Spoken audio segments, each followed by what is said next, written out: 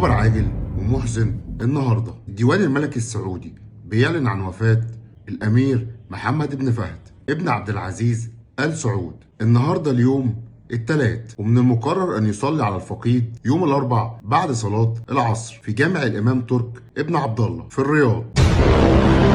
اتولد الأمير محمد بن فهد عام 1950، وهو الابن الثاني من أبناء الملك فهد ابن عبد العزيز آل سعود. ونزلت صحيفة OAS الملكية الإخبارية النهارده نعي عن وفاة صاحب السمو الملكي الأمير محمد بن فهد ابن عبد العزيز آل سعود، وكان أول منصب حكومي ليه هو منصب نائب مساعد وزير الداخلية، واشتغل في المنصب لغاية عام 1985 حتى عين أمير للمنطقة الشرقية وفق صحيفة الشرق الأوسط. إنا لله وإنا إليه راجعون.